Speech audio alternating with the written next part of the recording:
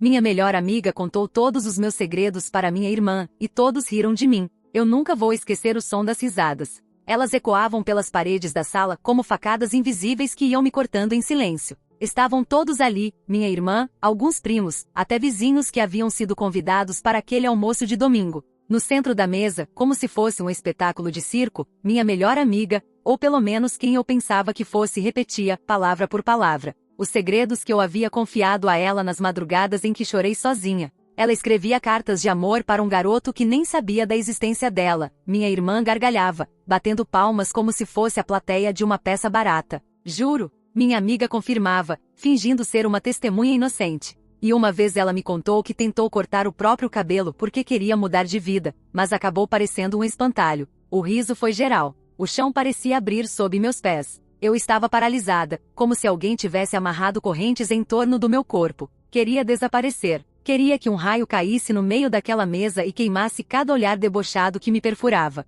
Mas nada aconteceu. Eu fiquei ali imóvel, enquanto minha alma era arrancada pedaço por pedaço. A ironia cruel era que poucos dias antes, minha amiga tinha me abraçado no quarto, jurando que eu era a única pessoa que ela realmente entendia. Lembro de como ela segurava minha mão, prometendo nunca me expor, nunca rir de mim. E eu acreditei, porque eu sempre acreditei. Minha irmã sempre foi o oposto de mim, bonita, falante, brilhante em tudo que tocava. Se havia uma festa, ela era o centro. Se havia uma discussão, ela vencia com frases rápidas e afiadas. Eu, ao contrário, era a sombra. A que estudava tarde da noite para conseguir notas medianas. A que sonhava em silêncio com um pouco de atenção. O contraste era inevitável. Enquanto minha mãe colocava flores no cabelo da minha irmã, eu recebia ordens: segura a bolsa dela, ajuda no que for preciso. E agora, naquela cena grotesca, a minha amiga, a única que eu acreditava ser diferente, estava do lado dela, não do meu. Os dias seguintes foram um inferno. As mensagens começaram, prints de conversas antigas minhas circulando em grupos,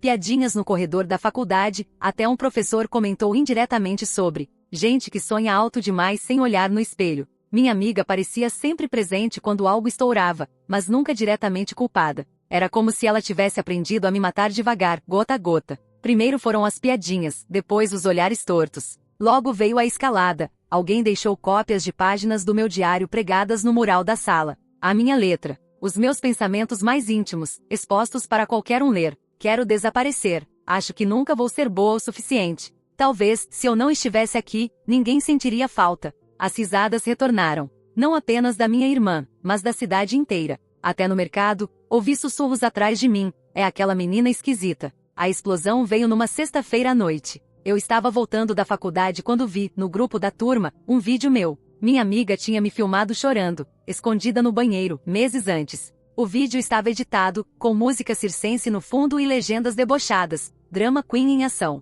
O vídeo viralizou não só na faculdade, mas na cidade. Meus pais receberam links. Minha mãe não sabia onde enfiar a cara. Meu pai me chamou de vergonha. Foi o ponto sem volta. No dia seguinte, uma vizinha ligou para a polícia. Disse que ouviu minha irmã e minha amiga discutindo no quintal sobre até onde aquilo tinha ido longe demais. A polícia chegou, investigou a origem do vídeo, descobriu que tinha sido postado do celular da minha amiga, mas com a cumplicidade da minha irmã. Ambas foram levadas para prestar depoimento. A fofoca explodiu no bairro. As meninas da casa da esquina, envolvidas em crime virtual. O que se seguiu foi um julgamento moral. Na faculdade, professores comentavam. No mercado, as atendentes cochichavam. Minha irmã, antes a estrela, agora era apontada como cúmplice de humilhação criminosa. Minha amiga foi expulsa de 2 grupos sociais. Até os pais dela pararam de olhar nos olhos dos vizinhos. Mas o silêncio que veio depois foi ainda mais assustador. Eu não sabia o que fazer com a calma repentina. Não havia mais vídeos, nem prints, nem fofocas novas.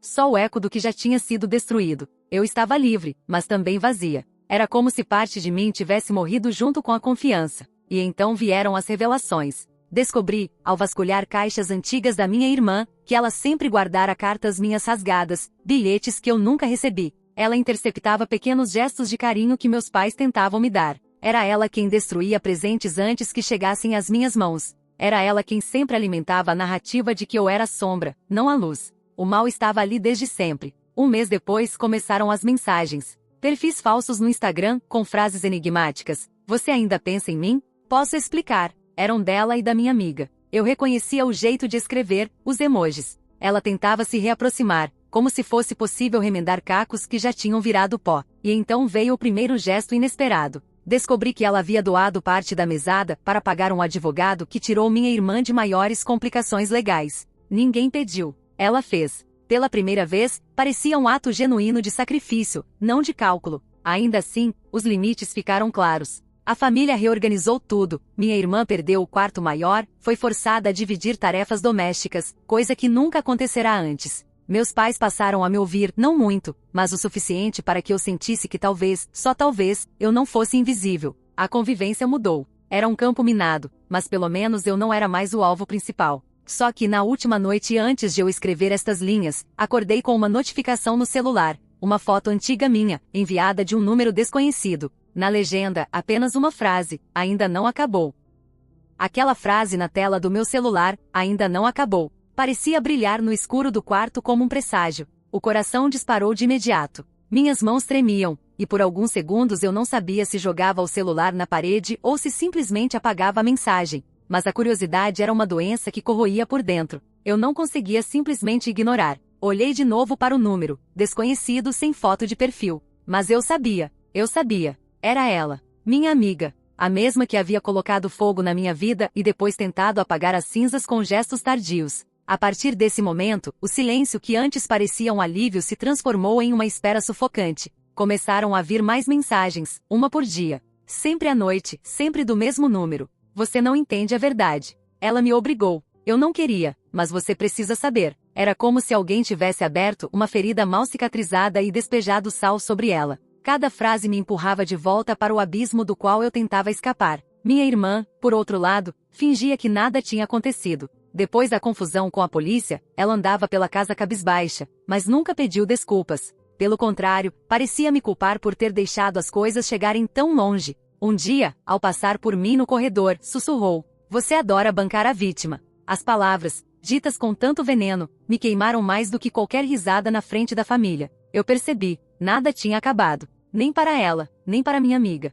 E então veio a escalada. Primeiro, uma vizinha me contou que alguém tinha espalhado boatos novos, dessa vez, dizendo que eu tinha inventado tudo para ganhar atenção. Histérica, manipuladora, menina carente. As palavras se espalhavam como pragas pelo bairro. Minha reputação, que já estava destruída, era pisoteada de novo. Depois, encontrei no portão da casa um envelope sem remetente. Dentro havia uma foto minha, criança, chorando numa festa de aniversário. Atrás, escrito em letras maiúsculas: "Você sempre foi o problema." Eu tremia ao segurar aquele papel. Era como se alguém tivesse invadido minha vida, vasculhado memórias que eu queria esquecer, e transformado tudo em munição contra mim. Os dias se tornaram pesadelos acordados. Eu não conseguia estudar, não conseguia comer. Sentia olhares me seguindo na rua. Em alguns momentos, até achava que via minha amiga, ou uma sombra dela, parada do outro lado da calçada, imóvel, observando. Foi quando aconteceu a explosão. Uma noite, acordei com um barulho vindo da garagem. Meu pai já dormia, minha mãe roncava no quarto ao lado.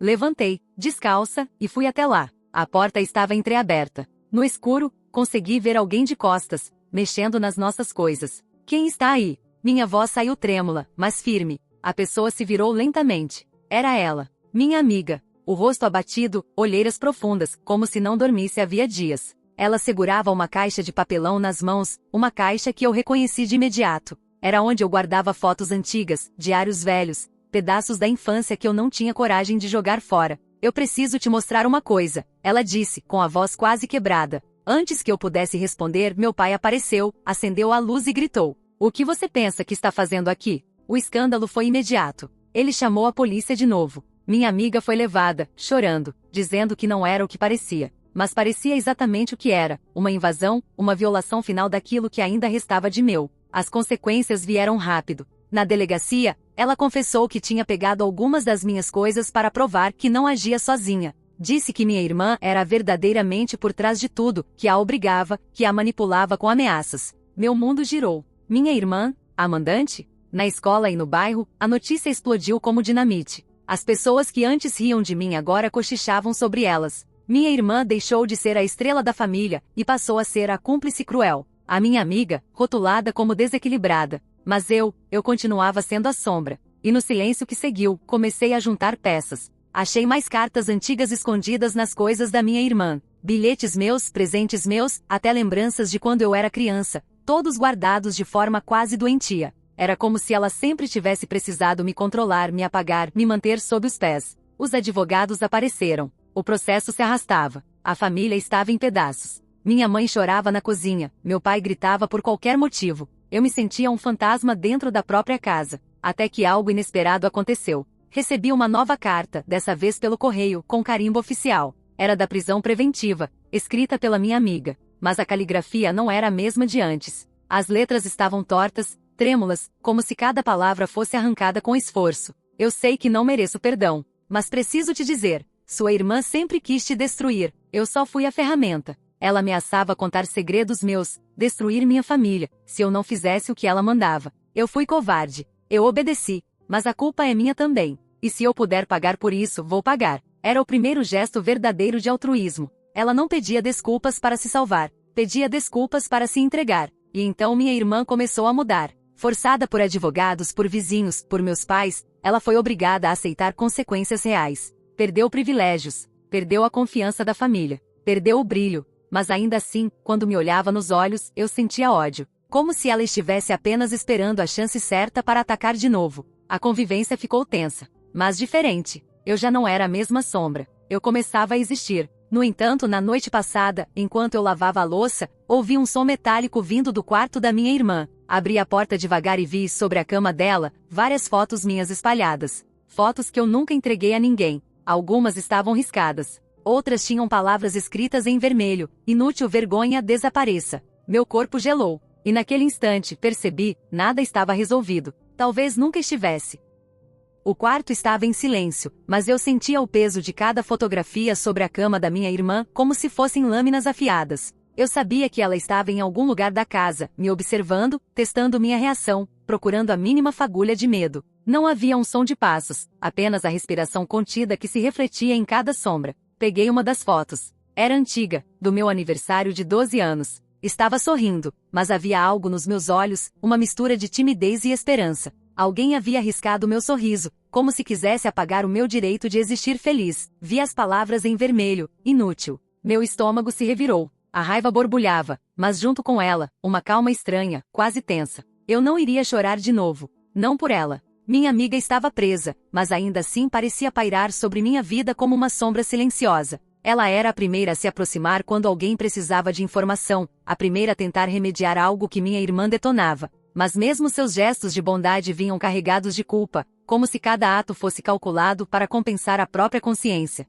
Minha irmã, por outro lado, não mostrava sinais de arrependimento. Na escola, continuava a sorrir para os colegas, mas eu podia sentir que cada sorriso era uma máscara. Havia algo sombrio por trás do brilho que antes encantava todos. Cada interação dela era medida, como se estivesse planejando a próxima jogada. Então começou a escalada final. Um dia, meu diário desapareceu. Não aquele antigo que minha amiga havia mexido, mas o que eu mantinha escondido no fundo da gaveta da cômoda. Eu percebi logo de manhã, quando fui escrever minhas reflexões. As páginas estavam limpas. Nenhum sinal de entrada forçada, apenas o diário vazio. O terror não era apenas o que havia sumido, mas quem poderia ter feito aquilo. Minha irmã estava claramente envolvida. A tensão na casa cresceu. Cada palavra, cada gesto, se tornava um campo minado. Eu passei a observar cada olhar, cada risada abafada, cada movimento suspeito. Parecia que minha irmã respirava apenas para me atormentar. Minha mãe percebia minha inquietação, mas não sabia como intervir sem que a situação se tornasse ainda mais explosiva.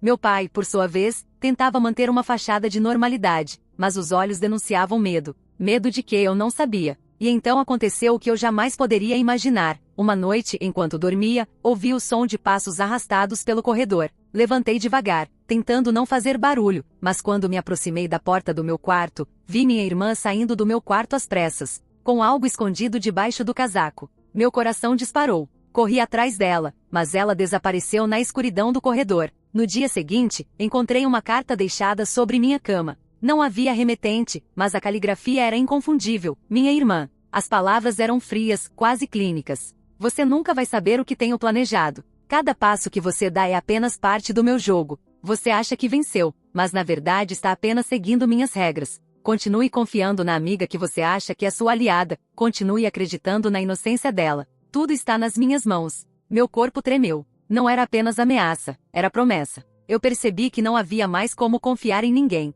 Minha amiga estava presa, minha irmã livre, mas controlando tudo de longe. Minha casa, meu espaço seguro, estava invadida pela sombra da manipulação e da vingança. A situação se complicou quando a polícia ligou para informar que minha amiga havia sofrido uma tentativa de ataque dentro da prisão. Não era um incidente comum. Alguém havia tentado intimidá-la, e pelos relatos, era claro que a vingança não estava apenas fora das grades. Minha irmã tinha amigos influentes na escola e na cidade. Alguém poderia muito bem estar envolvido. O que eu senti naquele momento foi uma mistura de alívio e pânico. Alívio porque minha amiga finalmente receberá proteção e podia se defender, e pânico porque isso significava que o jogo não havia terminado. As peças ainda se moviam, e eu ainda era parte do tabuleiro. Enquanto isso, minha irmã começou a se reaproximar dos meus pais, aparentemente arrependida, mas eu sabia que era manipulação. Ela sorria, ajudava nas tarefas domésticas, tentava parecer a filha perfeita. Mas cada gesto carregava uma tensão silenciosa, como se estivesse medindo cada reação minha.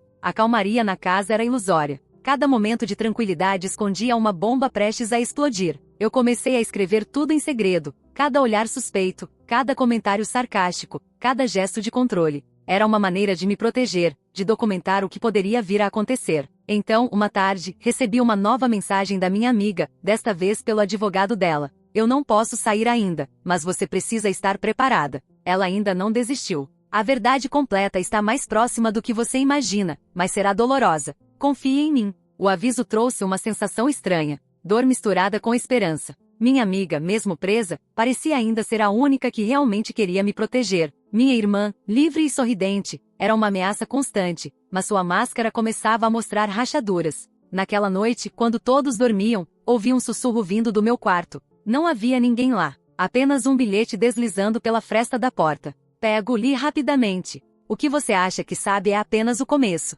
Prepare-se para a revelação final. E ali estava eu, deitada na cama, com o coração disparado, percebendo que a próxima reviravolta seria devastadora. Não havia mais volta. O que aconteceria em seguida poderia mudar tudo o que eu pensava ser verdade sobre minha família, minha amiga e minha própria vida.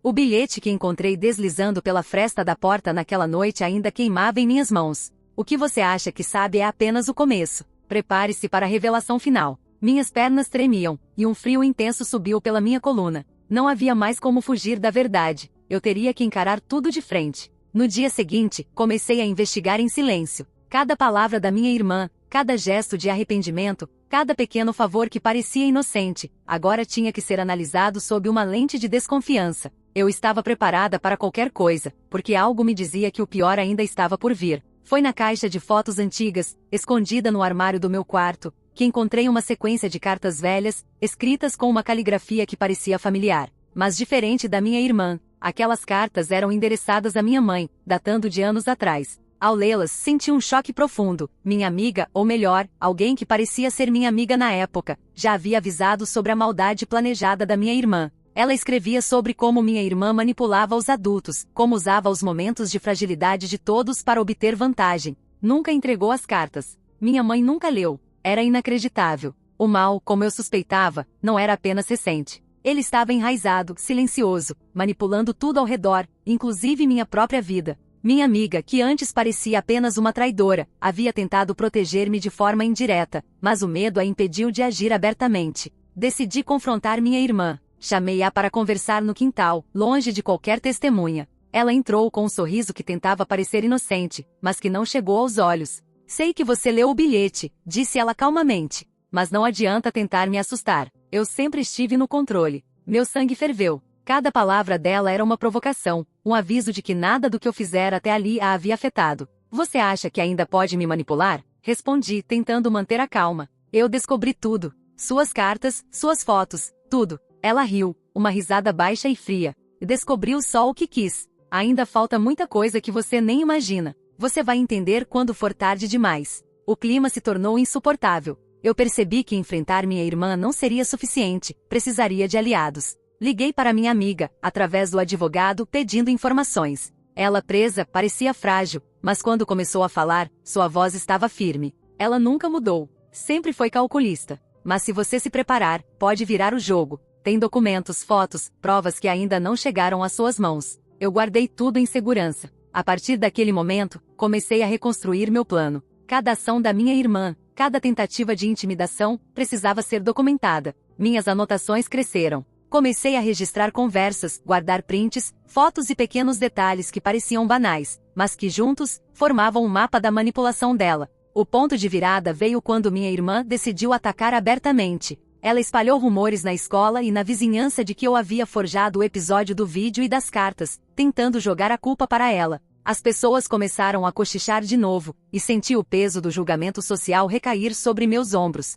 Mas agora eu tinha provas. Fotos, bilhetes, mensagens da amiga, tudo organizado. Não mais palavras soltas. Não mais acusações sem base. Levei tudo aos meus pais. No início, houve resistência. Minha mãe ainda tinha uma fé cega na minha irmã, tentando equilibrar os lados. Mas não havia como negar a quantidade de evidências. Minha irmã tentou negar, tentou mentir, mas cada argumento dela era refutado com provas concretas. A máscara caiu. Ela não era mais a filha perfeita, mas a manipuladora que eu sempre suspeitei. A situação culminou em uma reunião formal com familiares próximos e vizinhos, mediada por um advogado. Minha irmã tentou argumentar, mas todos podiam ver a verdade refletida em cada documento, em cada foto, em cada carta. O escândalo que antes recaía sobre mim agora recaía sobre ela. Minha amiga, mesmo presa, enviou uma última carta. Eu não pude impedir antes, mas agora é a hora de você mostrar que existe justiça. Eu confiei em você mesmo à distância. Quando minha irmã finalmente teve que enfrentar as consequências, perda de privilégios, reclusão parcial da vida social e supervisão dos pais, eu senti algo estranho.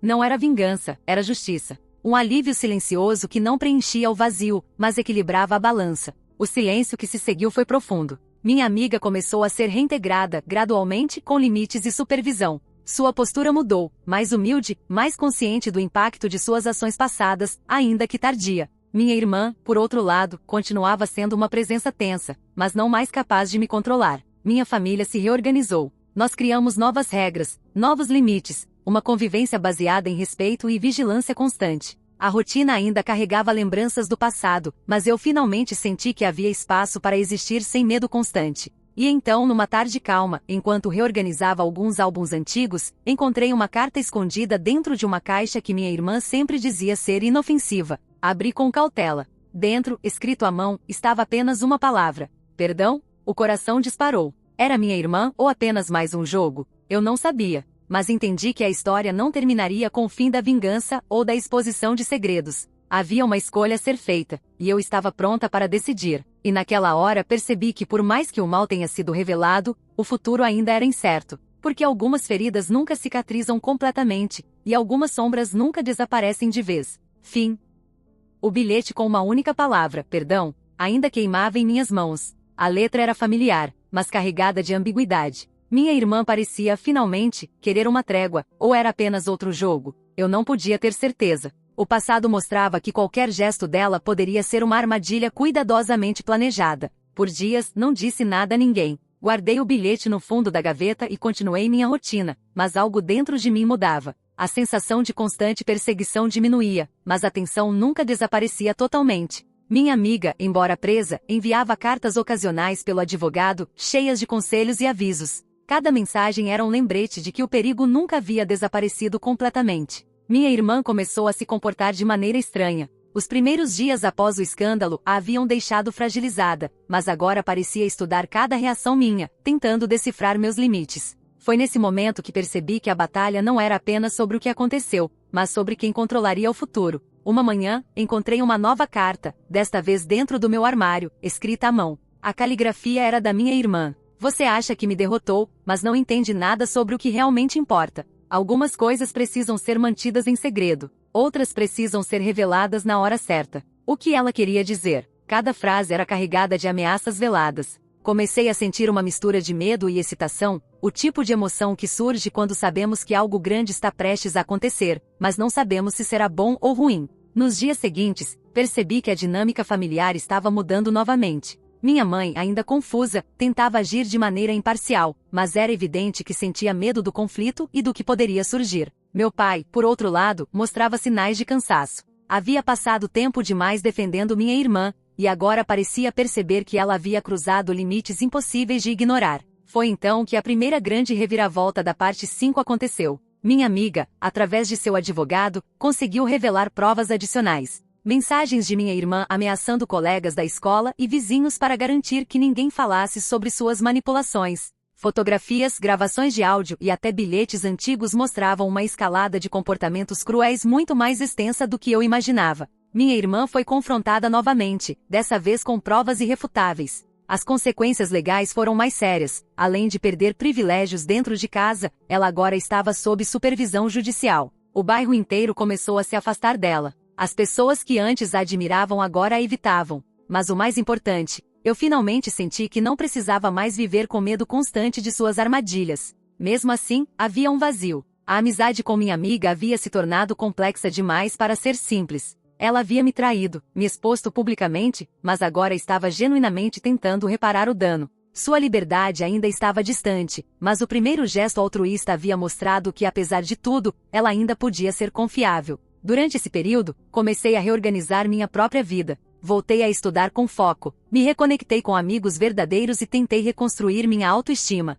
Mas a cada passo que dava, lembranças do passado surgiam inesperadamente, risadas, olhares, bilhetes rasgados. Eram cicatrizes invisíveis que ainda carregava comigo. Um dia, ao mexer em caixas antigas, encontrei uma fotografia que mudou tudo novamente. Era minha irmã e minha amiga juntas, sorrindo como se nada tivesse acontecido, mas havia algo nos olhos de ambas, um brilho calculista, uma troca silenciosa de segredos. Essa imagem me fez perceber que minha amiga, mesmo depois de tudo, havia tentado me proteger, enquanto minha irmã continuava manipulando tudo ao redor. Foi nesse momento que a escalada emocional atingiu seu ápice. Eu entendi que a história não era apenas sobre vingança ou exposição de segredos, mas sobre sobrevivência psicológica. Minha vida havia sido moldada por mentiras, manipulação e humilhação, e agora eu precisava decidir como reagir, com ódio, medo ou compaixão. A convivência com minha irmã se tornou limitada e supervisionada, mas ela continuava tentando pequenas manipulações, testando meus limites. Minha amiga, por outro lado, começou a se reintegrar gradualmente, mostrando sinais de verdadeira mudança. Ela me enviou uma última carta pelo advogado dizendo: "Não posso apagar o que fiz, mas posso ajudá-la a seguir em frente. A verdade está vindo à tona, e você precisa estar pronta para quando ela surgir." E então, algo inesperado aconteceu. Recebi uma nova mensagem anônima, desta vez digital, sem remetente. Era um vídeo curto, gravado de forma clandestina. Nele, minha irmã falava sozinha, confessando planos antigos, mencionando nomes de pessoas da escola e da vizinhança que ajudaram ou ignoraram suas manipulações. O vídeo terminava com ela olhando diretamente para a câmera e dizendo: "Eu sempre estive um passo à frente. Mas não subestimem o que ainda posso fazer." Meu coração disparou. A sensação de perigo voltou, mais intensa do que antes. A história que eu acreditava estar chegando ao fim, na verdade estava prestes a ganhar uma nova camada de tensão. No mesmo dia, minha amiga, mesmo presa, conseguiu enviar uma carta extra. Ela ainda não terminou. Não confie em nada que pareça inocente. Observe cada gesto, cada palavra. O que está por vir pode mudar tudo. E ali estava eu, sentada na minha cama, cercada por cartas, fotos, bilhetes e memórias que contavam uma história de traição, vingança e sobrevivência. Percebi que, apesar de toda a dor, havia algo que me fortalecia. Agora eu estava consciente do jogo, das peças e dos movimentos de cada pessoa ao meu redor. Mas quando apaguei a luz e me deitei, ouvi um sussurro vindo do corredor, tão baixo que quase podia ser ignorado, mas meu corpo inteiro reagiu. Alguém estava ali, observando, esperando. E uma voz fina, quase inaudível, murmurou: "Não acabou. Ainda não." E eu entendi pela primeira vez que, mesmo com todas as provas, todas as revelações, todas as consequências legais, algumas histórias não têm fim, apenas se transformam, e a verdadeira batalha, a de sobreviver, compreender e decidir quem confiar, apenas começava. O sussurro no corredor ainda ecoava em minha mente quando a manhã seguinte começou. Cada músculo do meu corpo parecia alerta, cada olhar da minha irmã era analisado com suspeita. Mas desta vez, eu estava preparada. Não mais a sombra que ela podia manipular, mas alguém consciente de todos os movimentos, de todas as mentiras, de todas as armadilhas. Minha amiga, mesmo presa, havia me ensinado algo essencial: o conhecimento é poder. Cada carta que ela enviou, cada conselho, cada relato sobre o passado oculto da minha irmã, me deu a capacidade de enxergar a verdade além das máscaras. E agora, era minha vez de agir. Primeiro, comecei a coletar todas as evidências finais. Mensagens, bilhetes, fotos, vídeos e até gravações de conversas que minha irmã tentava disfarçar. Organizei tudo meticulosamente em um arquivo digital seguro, pronto para ser entregue às autoridades se necessário. Mas havia mais: precisava expor o mal dela de forma pública, onde ninguém pudesse negar ou distorcer os fatos. A primeira ação foi estratégica. Convidei alguns familiares próximos, vizinhos e amigos de confiança para uma reunião em casa.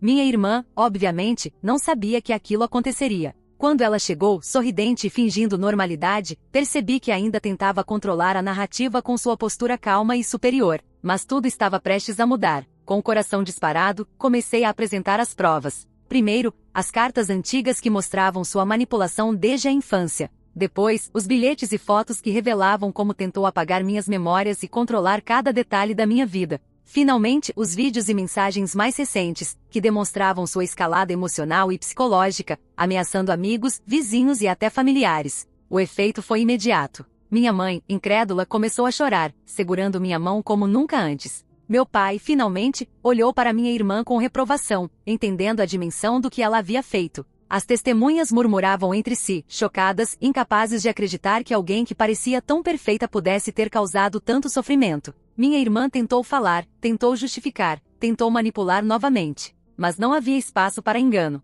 Cada defesa era interrompida por uma prova irrefutável. Cada sorriso calculista se desfazia diante da realidade que eu, finalmente, havia colocado em suas mãos. E então, veio o ponto de virada final. Decidi confrontá-la diretamente, não com raiva, mas com firmeza. Você destruiu minha vida por anos, disse eu, olhando nos olhos dela. Mas acabou. Eu estou pronta. Pronta para viver sem medo, pronta para reconstruir minha história. E acima de tudo, pronta para que todos saibam quem você realmente é. Ela não disse nada. Apenas respirou fundo, os olhos cheios de uma mistura de ódio e surpresa. Pela primeira vez, percebi que o poder havia mudado de mãos. Eu não era mais a vítima. Eu era a narradora da própria vida. No dia seguinte, junto com minha amiga, que finalmente havia recebido permissão para sair da prisão sob condições de reintegração, entreguei todo o material para as autoridades. Minha irmã enfrentaria supervisão judicial, aconselhamento psicológico obrigatório e restrições na convivência familiar. Sua influência sobre a comunidade e sobre a família finalmente havia sido neutralizada.